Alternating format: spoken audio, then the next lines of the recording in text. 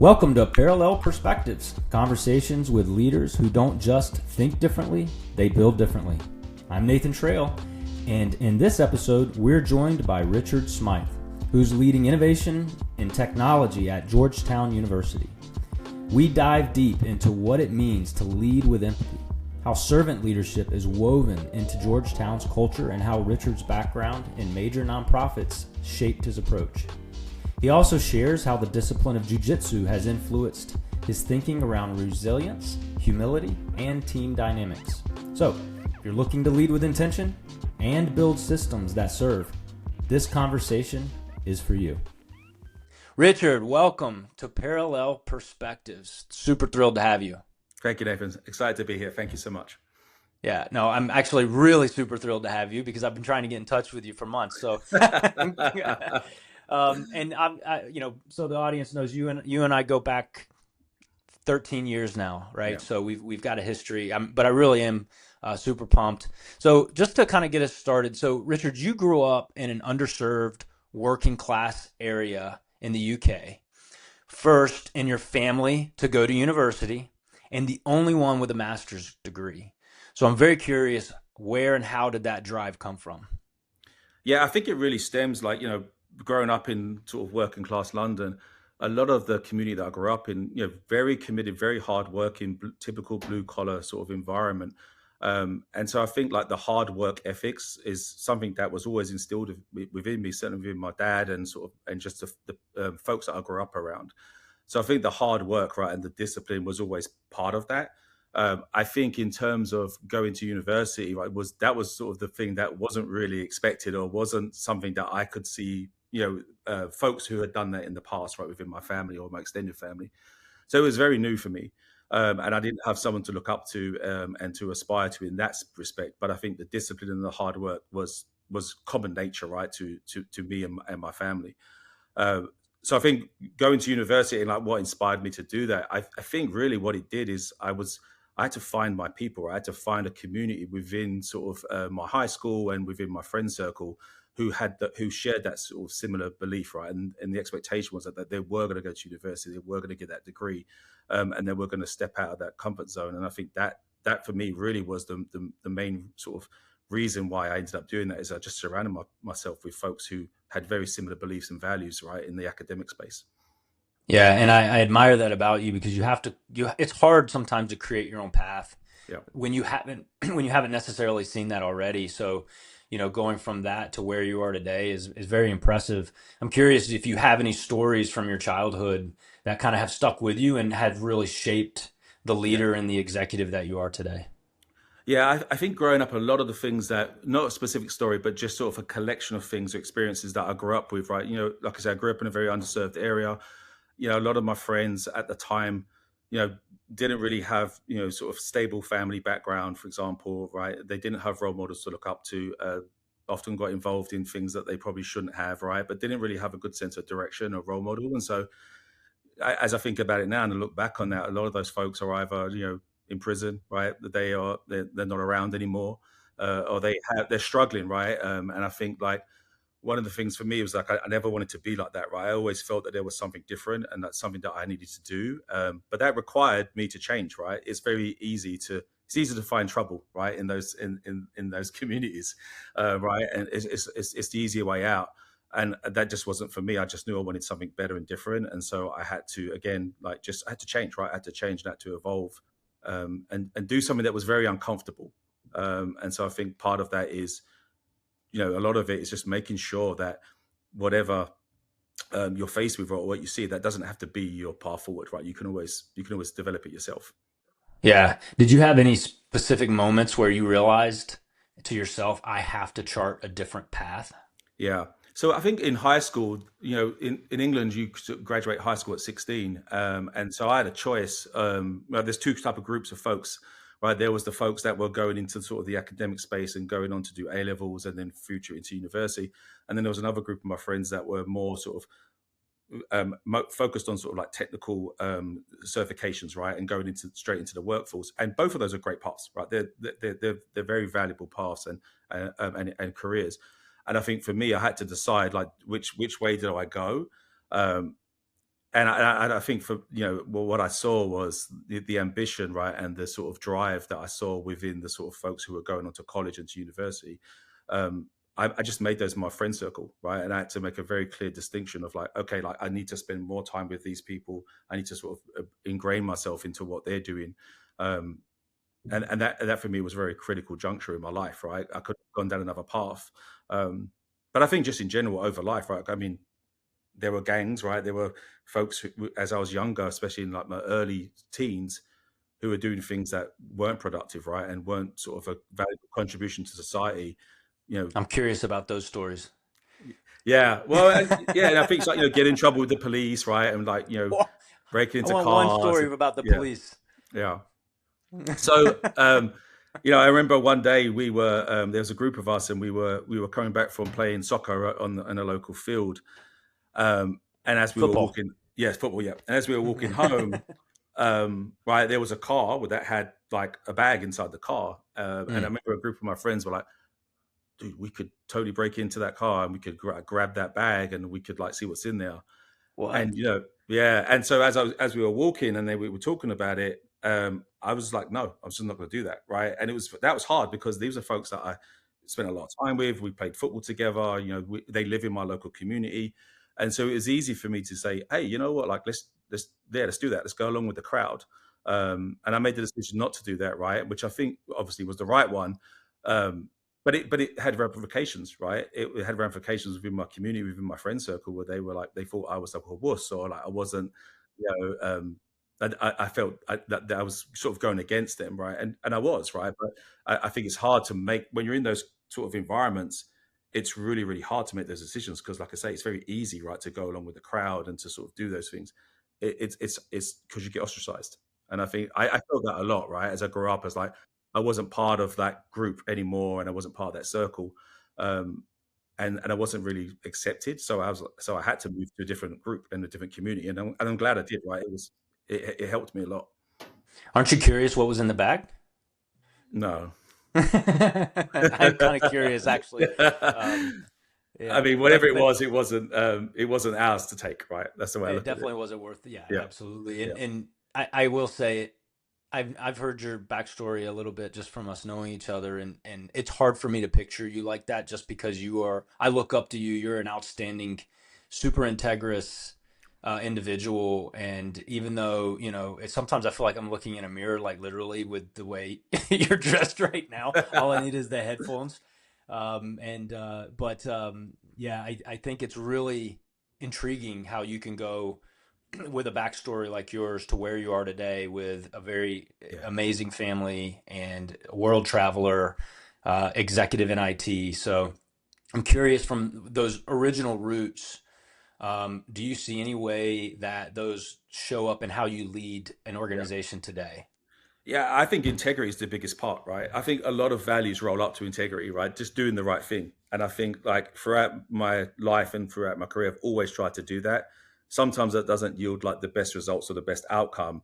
But I think like in my heart, what I want to believe is that like, hey, I'm doing this for the right reasons, whether it's for a community of folks, whether it's to improve the experience, right, of our students or of our staff members. Like it may not always work out right, but like what I believe is that if we focus on integrity first and foremost, like 9 times out of 10 it's going to work out, right? Or people are going to believe in what you're trying to do, and if it doesn't work out, they understand why it didn't. But I think it all starts with that first step of making sure that you have integrity. Yeah, and I think a lot of times people who can be successful in their careers but don't have that centralized core set of values, personal values, are they really successful if they're doing something that their heart actually didn't intend? And having a good balance and understanding of your own core central values, character, integrity, loyalty, those types of things, I think people don't understand. I think sometimes they don't, when they lead without that, you can tell. You can see a difference. And when you lead with that, it oozes into your leadership style and people will trust you more. So what a good mentor of mine once said to me, I always think about it all the time now, anytime I'm in a conversation or I approach like a new sort of opportunity, It's like when you die and it's at your funeral, what do you want people to say about your funeral? And it's so interesting, right? Because we all chase targets, right? We all try to aspire to accomplish goals, etc. But most of the time, people are gonna at funerals, people talk about how you treated them, right? And I think you could do both, right? You could be successful and accomplish goals, but really, like you've got to focus on taking care of people, right, and doing the right thing. And I think that, to me, that's why it's so important. Yeah, I agree. So your career spans from youth justice, K through 12, Boys and Girls Club, Salesforce Consulting, and now the astute Georgetown University. So what's that red thread through all of that? Yeah. I think it's service, right? I think for me, I started out in youth justice in the UK, and I spent almost 10 years there. And that was really like helping to rehabilitate or prevent young people, right, from committing crime. And I think that for me was like a really an amazing opportunity. And I think those 10 years taught me a lot. What it also taught me was that I was kind of at the wrong end of the spectrum, right? And I wanted to get more into the preventative work, which then led me to Boys and Girls Clubs and the K-12 space, really like helping young people at the beginning to not sort of make those decisions, those bad decisions, right? And to sort of figure out what success should look like for them, and that they can achieve it, right? They can achieve it, and it's possible.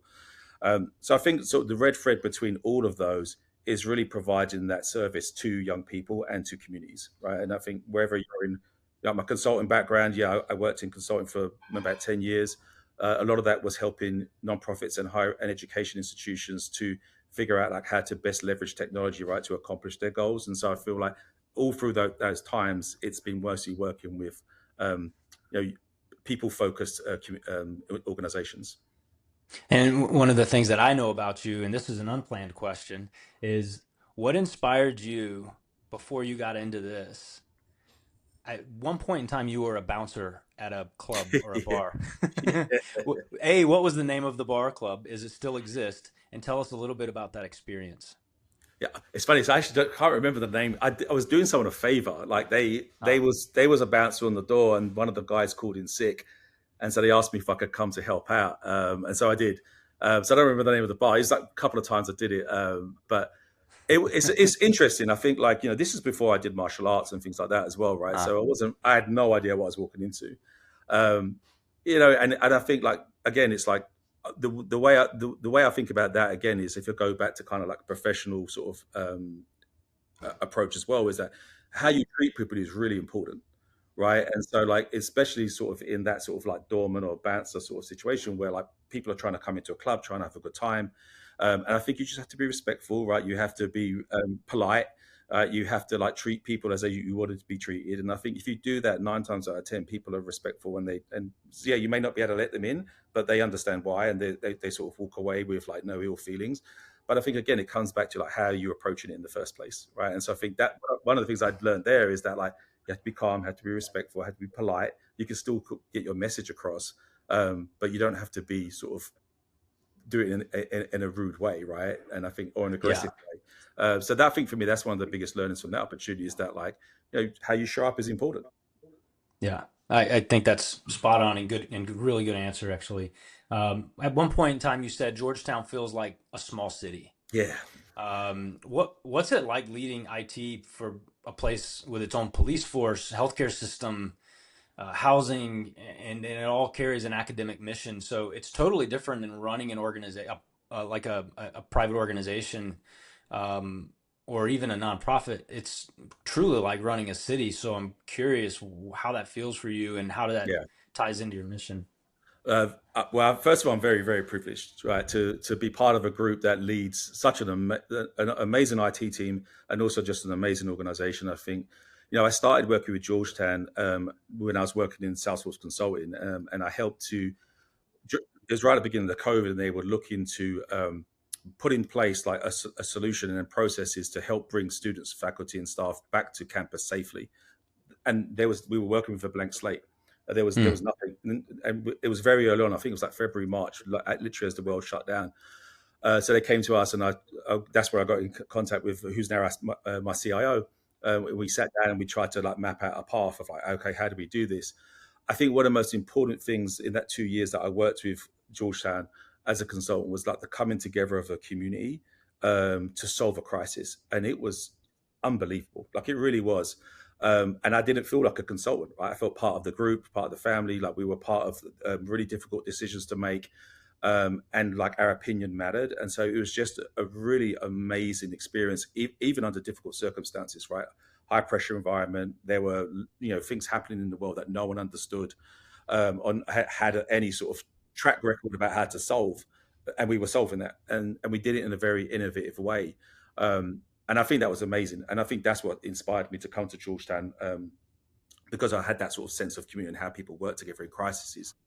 And so I think like leading an organization now, with sort of the executive team here at University Information Services, is really trying to think about how do we take that same mentality, that innovative culture, and apply it to us when there's not a pandemic sitting on our back, right?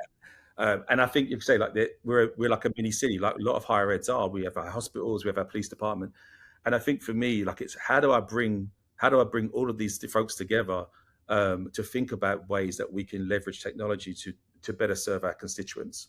And I think and it's not easy, right? Like there's a lot of different perspectives, a lot of different opinions, but I think it's like what we ground ourselves in is in what are our core values, what are the things that we're trying to do, where are their common sort of interests, and then how do we work together to sort of put those things in place.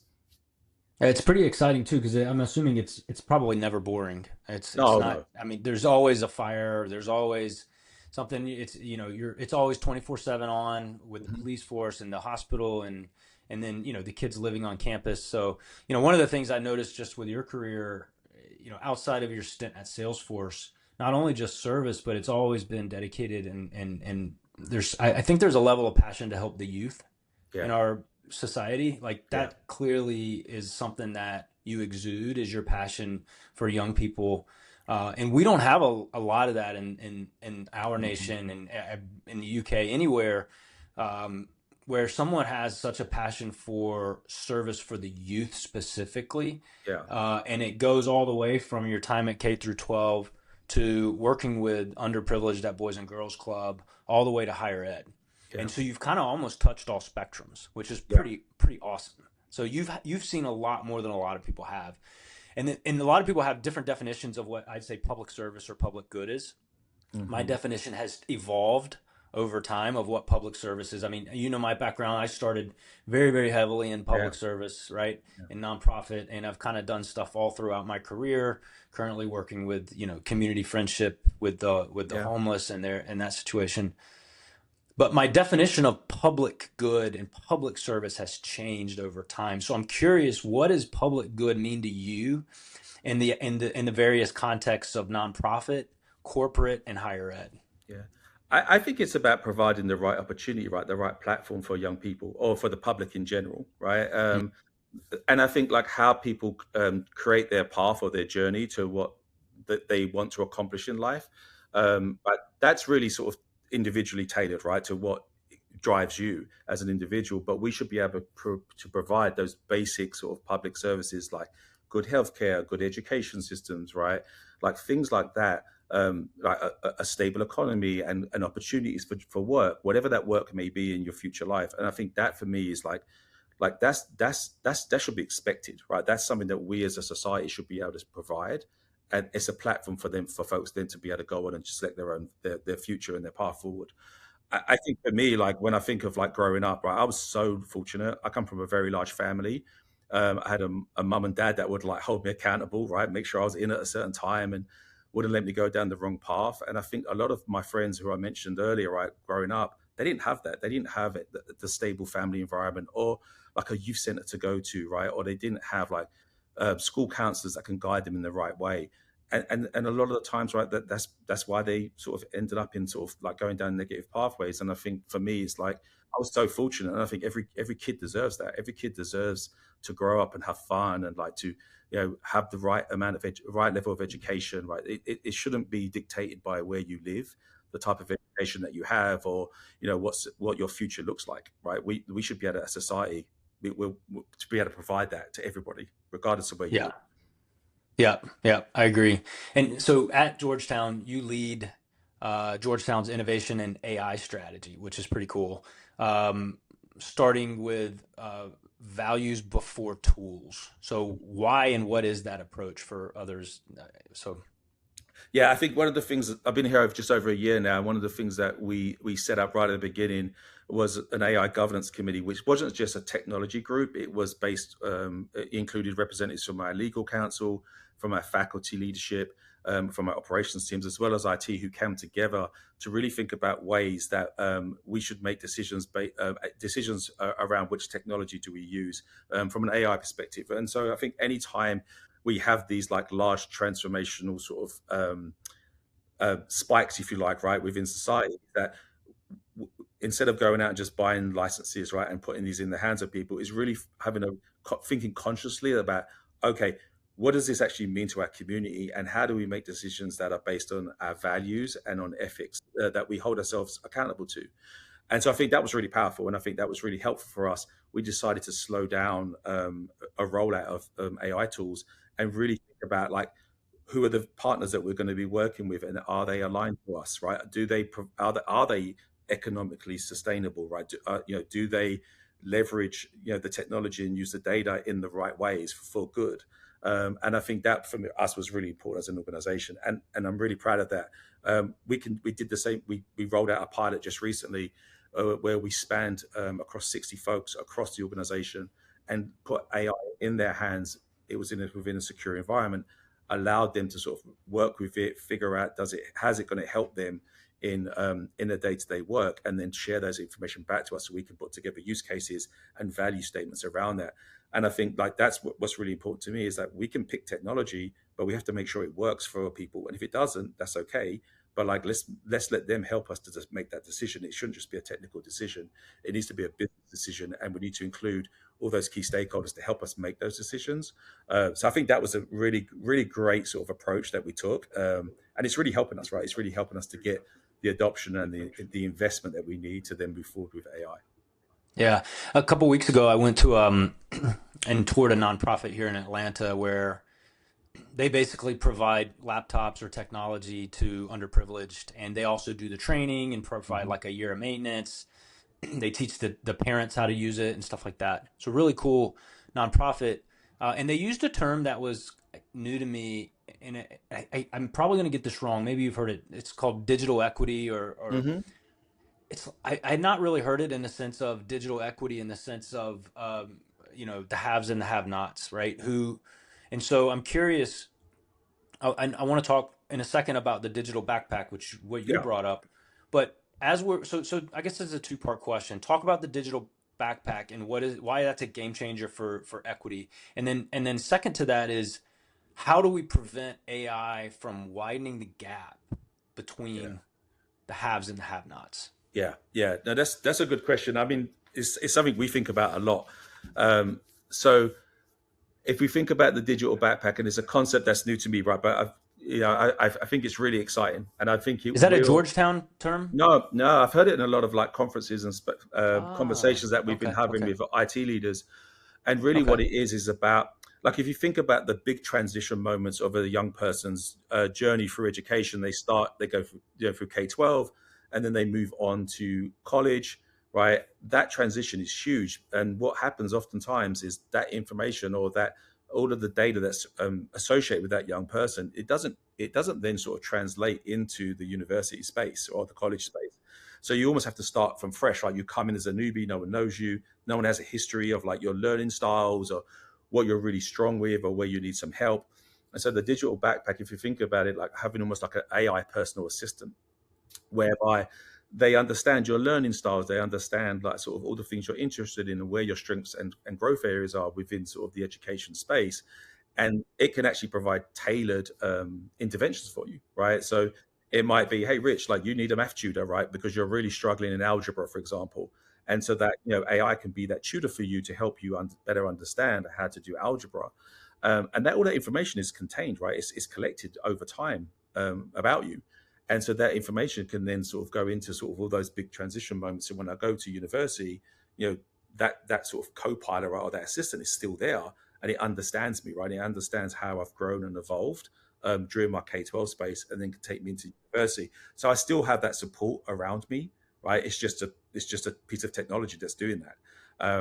But that information could also then be fed into sort of the university space where like professors and support staff and support learning staff can then say, oh, okay, like, we understand that Richard is struggling in these areas, so we're already prepared for that, right? So we put those things in place before Richard actually joins us, and then we set him up for success right at the beginning. Instead of having to do an intervention, it's almost like prevention.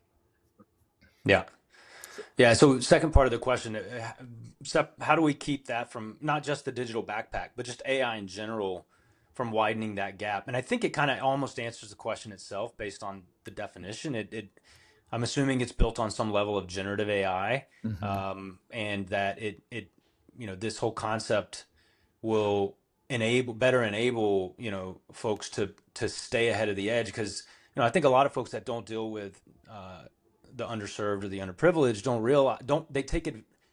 they don't understand the value of what they have with just a supportive parent or a single laptop or a smartphone, and the edge that people have over someone else is so much greater over just those small little things. And until you're actually in that space, you don't actually get to realize that.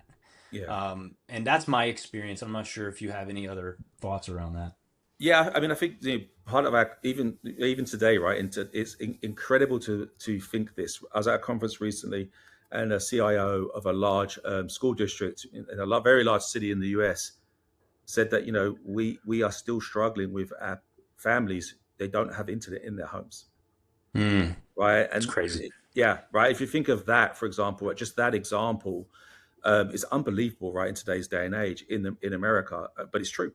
And I think it doesn't matter what AI tools are out there. It doesn't matter, right? Like if you have these digital backpacks, if those people can't access them because they don't have basic internet, then that it's going to widen that gap. And I think that kind of goes back to like the public service comment that I made earlier, is that we have to be able to create like this foundational platform where everybody has these basic services, regardless of where you live, right? And so I think number one is access to clean water, right? Like we expect that. Internet connectivity now is like a utility. Everybody should have that in their home, right? And it should be available at affordable rates. And I think so that's number one. And I think if you don't have that in those areas, in those type of areas, in those underserved areas, then the gap is obviously going to widen.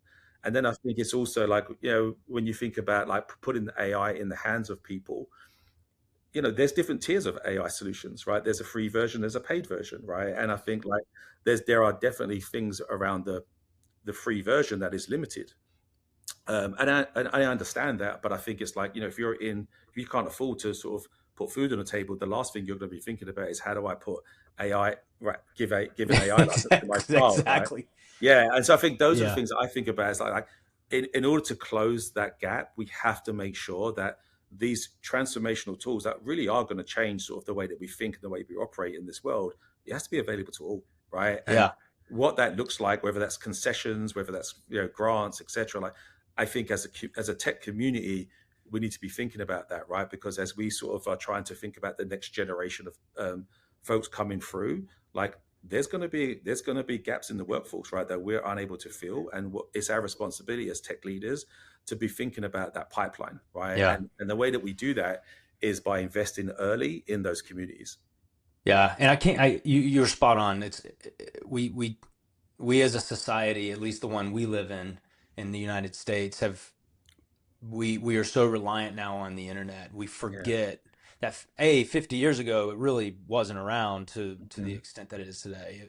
Now it's just a commodity that's just there. But there's still lots of communities in the United States that don't even have access to the internet. And so people forget that it's not oxygen, right? Yeah. We live and survive off oxygen. We've gotten to the point now. I mean, I can tell you, like with my kids, sometimes if the internet goes out, it's like the world just blew up. It's worse than having no food on the table, right? It's like somebody, exactly. It was nobody. You're not feeding us. Come on.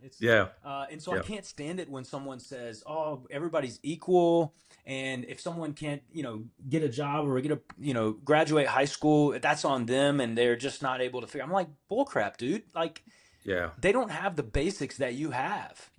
And so without that foundational layer, it's just drives me nuts when people say that. So What, and I think even the quality of the product, right? So, like, for example, there are different levels, right? And so, for example, you may have the free version. Oh, it's available to everybody, right? But what does that mean, right? And like, how do we educate our communities, right, to understand that like free doesn't necessarily always mean free. And educating them around, like, so they're making those right decisions for them and their families. And I think that goes a long way, right? So it's not just putting the tool in the hands of people; it's also educating them on like what this is actually will do for you, right? And what you're giving up when you sign those agreements. So I think it's our responsibility as like tech leaders to like make sure we're doing the right thing. Yeah, yeah. And we talk about not the quality and the versions. I look at us side by side, and you're definitely a better version I know, of me. yes. It's okay. One very, very, very, very fun and interesting fact about Richard is, correct me if I get this wrong, you are a black belt or triple black belt or quadruple with a cherry on top black belt in Brazilian Jiu-Jitsu. Yeah.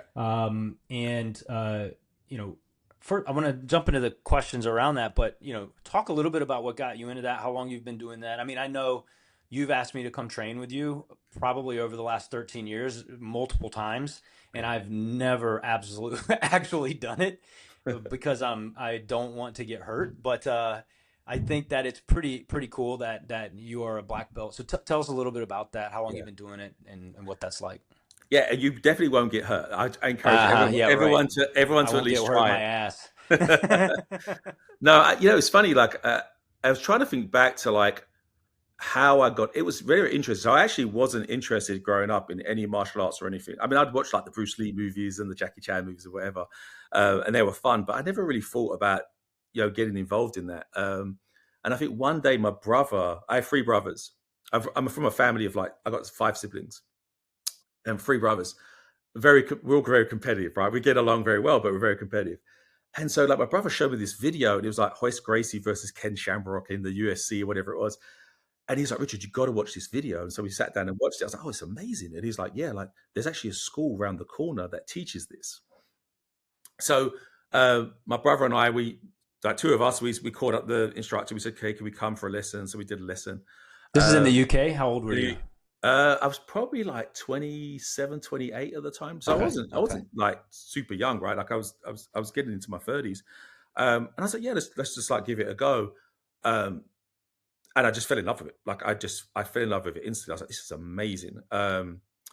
And so eventually, what I started to do, I trained like pretty much every day. Like I really got into it and just loved sort of the art, but also and I was terrible back then. I have to say, it's I just looked like Bambi on ice every time I was doing stuff. Probably still do to a certain degree. But I think like what I did is I loved learning new stuff, and I loved being exposed to something that like I had no idea that these sort of things existed, and the way that, and it's funny, right? I think back to like growing up in London and like just thinking about like like what path do I choose, and like and how does that discipline instilled in me.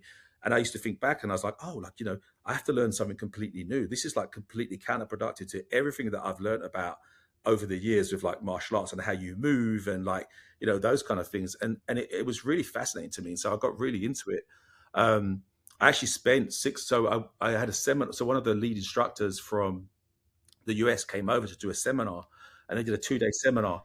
And is this with Gracie? Did you train under Gracie? Okay. So Hoyle Gracie is that's essentially what happened. Is I started training as a white belt, and I got my belts from a Gracie affiliated academy, which was under Hoyle. And then I moved to the US and trained there as well under, again, the sort of Hoyle Gracie affiliated academies. I now train at Alliance here in Atlanta. But I started out with under a Hoyle Gracie school. And what was amazing, we'd have these seminars, and like, Hoist Gracie would do the seminar and Hoyle would come in. And I was just like wowed by it. It was just fascinating to me. And so I said, so I got really into it. And then this seminar, once we did this 2-day seminar, it was like 4 hours each day. And I was like, I've got to go train with this guy. And so then I took 6 weeks off of work, and I went to the US, and I trained in New Jersey with a guy named David Adif, who's one of the head instructors for Hoyle Gracie's academies, and spent 6 weeks, trained every single day, 3 times a day. It was incredible. Wow. I got my purple belt. And that's where I met my wife shortly afterwards. And then I always wanted to move to the States so I could it was amazing. I was like, I've got to train with these people. And so that's where I kind of really started to evolve into my brown belt. And then I'd recently got my black belt last year from Alliance. So a good friend of mine, an instructor, DJ Farmer, gave me my black belt. I was super proud of that. That's awesome.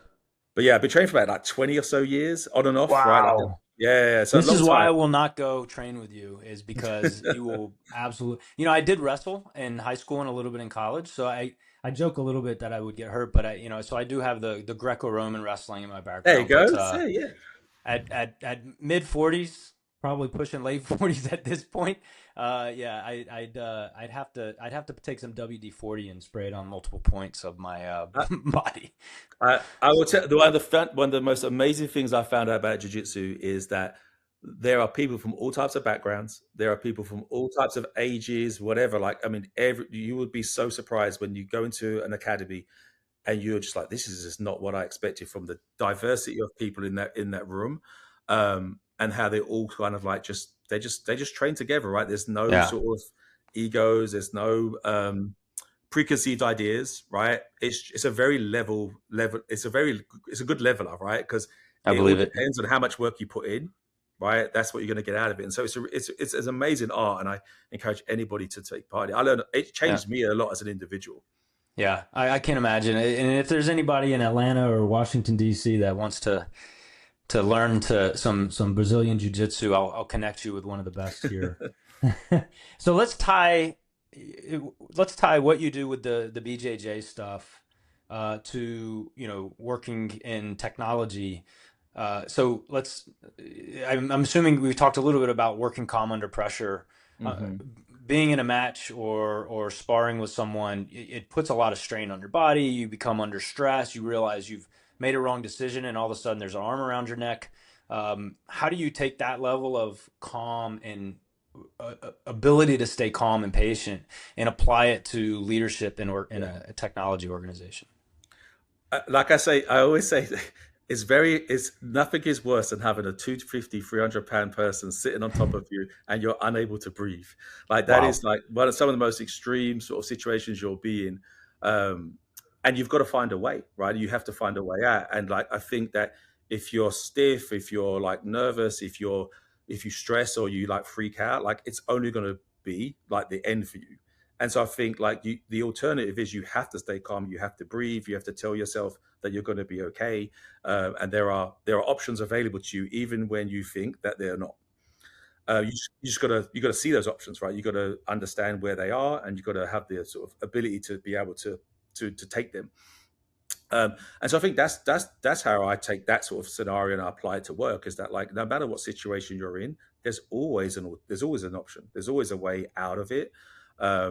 You just got to figure out what the right path is, right? And you got to stay calm and think critically, right? And be humble enough to say, like, I don't know the answers, right? So like, how do I bring people in to like figure out how to do this? And so I think jiu-jitsu teaches you a lot of humility, right? It teaches you a lot of like patience, it teaches you to stay calm, and trust in sort of the process, or trust in your skills to help you get out of it. And sometimes you might not, right? Like that's just life. But I think like if you don't have those things in place to begin with, you're not going to succeed. You're not going to get out of that position, for example. Yeah. What are the different belts again? You said white, purple. Like, what is the order of? Yeah. color? So in the adult class, you go from white to blue to purple to brown to black, and then red belt. And then red belt. Okay. Yeah. Are you working towards your red belt? I don't think I'll be around that long. It takes a very long time. Yeah, it takes a really long time. Yeah, I mean, and there's no real timing, right? It really depends on how much time you put in. Like I said, I've been training for like almost over 20 years, but that's not actively training. Like I had a couple of years out for injuries or what have you. But like, it's always it's a lifestyle, so it always stays with you, even if you're not training. Like it's a very addictive sport in that way. I can see that. Yeah. One of the things we have in common is you're passionate about travel and diversity. So how, and you can talk about where you've been, but how has seeing the world shaped your view of leadership? Yeah, no, that's a great You've question. been all over. Yeah, and there's plenty more places that I still want to visit. I think like when I travel and I go to different places, no matter where it is, like there, everyone really has like sort of very similar things that they want to do, right? So I think in a world where we're seeing a lot of like divisiveness, and a lot of like trying to sort of pit people or groups of people against each other, when you travel and you visit these places, you're like, but people are very similar to us, right? They're just trying to provide a good, stable home for their family. They're trying to like, make ends meet. They're trying to do right in the world, right? They're trying to enjoy life. Like they're very, very similar things that like, everyday people want, right? So I think for me is like, that's number one, is that like, don't ever believe rhetoric, right? Like go see it for yourself, right? And go experience different countries, different communities, different groups, right? And like, see how they treat you, right? And it's probably going to be, they're going to treat you with open arms 9 times out of 10. And again, it also depends on like how you show up, right? So if you show up in a aggressive or defensive tone and approach, like you're probably going to get treated the same way. But if you show up and you're welcoming and you're like inviting and you're curious, um, people will welcome you with open arms, right? And they'll treat you accordingly. So I think number one, that for me is like, just go and experience the world, right? And uh, that's number one. I think number two is like just embrace different cultures and different lifestyles and different experiences. It's so enriching, right, to go out there and see like these amazing sort of cultural events and traditions, right? That that's not been part of my life growing up. And I think for me, I always try to do it wherever we go. Like we go to visit like local temples, like mosques, for example, churches, go experience local communities and like eat their food and like just embrace their cultures. It's for me, it's like just it's a given, and I encourage everyone to do Yeah. that. Yeah, I agree. In spending time in other cultures and outside of your own, or other religions outside of your own, it also kind of opens your mind Yeah, to other possibilities that you would not even think about. I remember walking around Bangkok, Thailand. I don't know, I don't know. I guess it's been longer now, 8, 9 years ago. mm, And just every 2 blocks, there's a little temple, and you'll see yeah, someone praying at the temple. yeah, And then every once in a while, you'll see a monk walking around with a bowl of rice, barefoot through the streets of Bangkok. And I remember asking a colleague, I was like, why, you know, because it's funny. It's Thailand's a very Buddhist yeah, country. Um, and I was like, why do they have all these temples? Like I think it's every 2 blocks. hmm, And he's like, people are very superstitious, but also people are very religious. But the government puts them there for an element of feeling safe. yeah, And it keeps peace in the country. It keeps peace in the city, not just because of the belief that there's a God or an entity watching over you, but because it's a feeling of peace. And so I found that intriguing. I was like, oh, I would have never known that if I yeah, had not come here and experienced and had a conversation with someone. So yeah, how do you raise your kids with that same curiosity and openness? Because you have a daughter, yeah. and she's a teenager, I think now, right? Yeah, she's 15 now, Oh going wow! into his 16 in the next couple of months.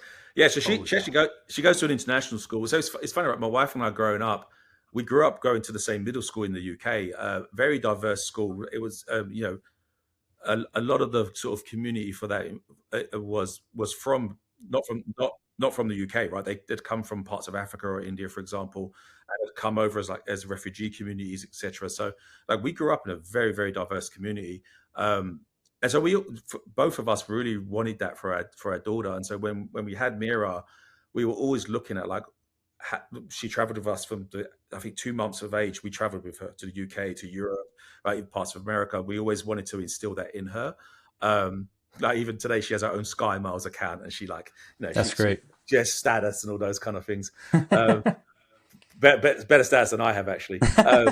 But I think like one of the things that's been really great, she goes to an international school where she's learning Chinese, and so she's definitely embraces that same sort of feeling that we have, right, about like just going out there and exploring the world and being respectful of people's cultures and stuff. So she has that, and I think it just really just stems. We didn't really do anything like intentional. It was just that we just carried on with like how we live our life.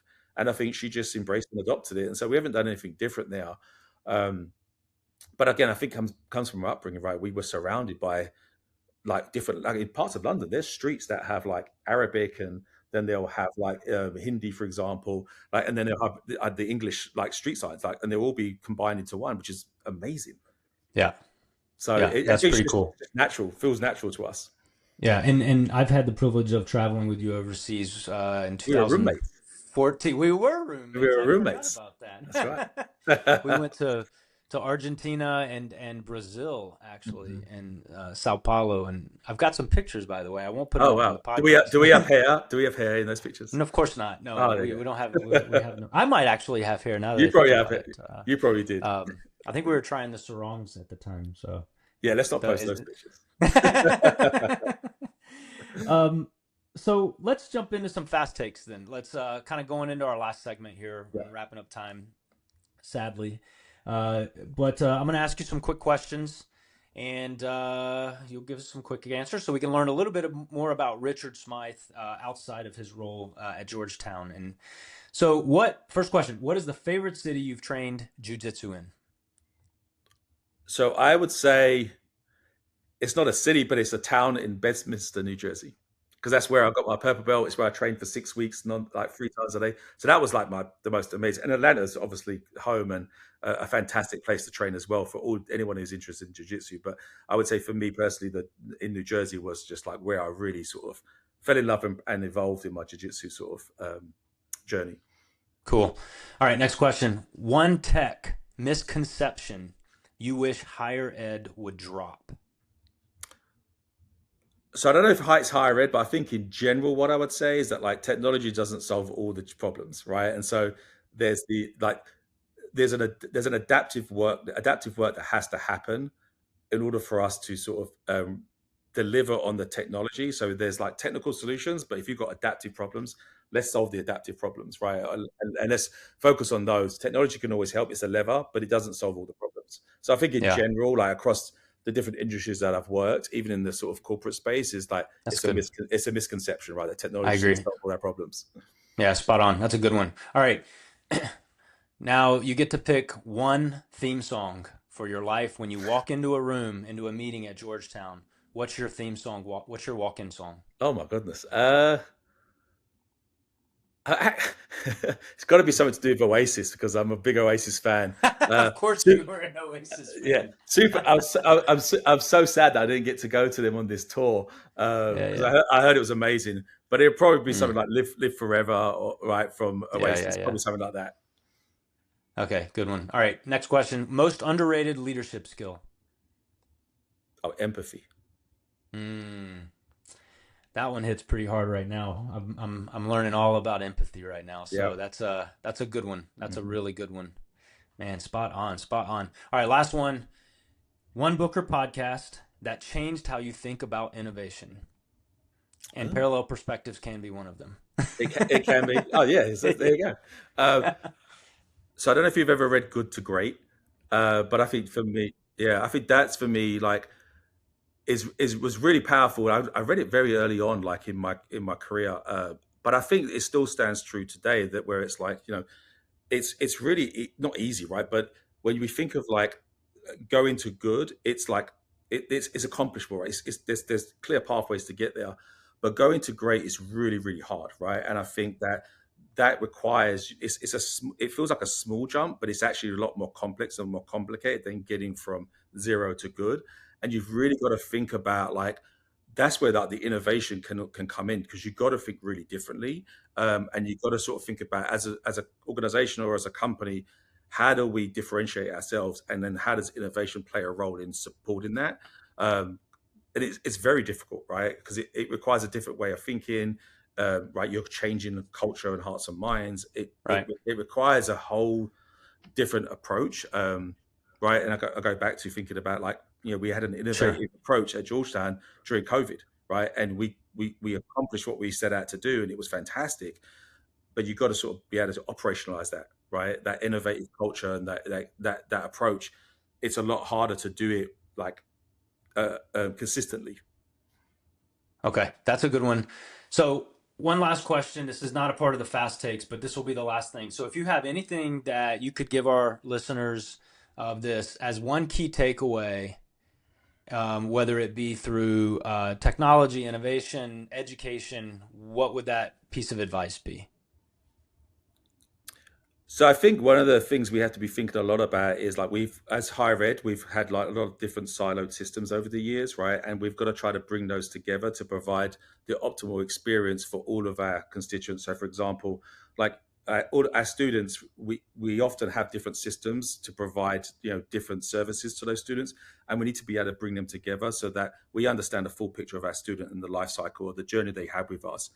So I think that's number one, is like how does higher ed think about bringing those systems together so they speak to each other in a harmonious way to best support the experience for our students. I think in general, as any organization or any entity, is you've got to think about value, right? And you've got to be able to you've got to really be able to understand your customers, your constituents, your community, and design technology to support their experience and be able to show that value, right? Because it requires large investments of time and money and people. And so it's, if you can't tie it back to value, then you have to ask yourself, why are we doing this? So I think, and that's the critical takeaway that I think about with any project, any technology, any strategic conversations, like what are we hoping to accomplish by it? And like, how do we measure that success? Because we should start there before we build anything or buy anything. Spot on. I think that's spot on. Richard Smyth, from breaking cycles in London to building bridges in Georgetown. This conversation has reminded me of leadership and well, it's about where you come from. It's not just about where you come from, it's also where you're going. And I think that you, as a stand-up family man, but also someone who could probably kick all of our asses at BJJ, but have the heart and soul and passion stronger than anyone I can think of. So really appreciate you being on the podcast, Richard. So thanks again. And for all you listeners, until next time, keep building boldly. Thanks again, Richard. Thanks, David. Thank you.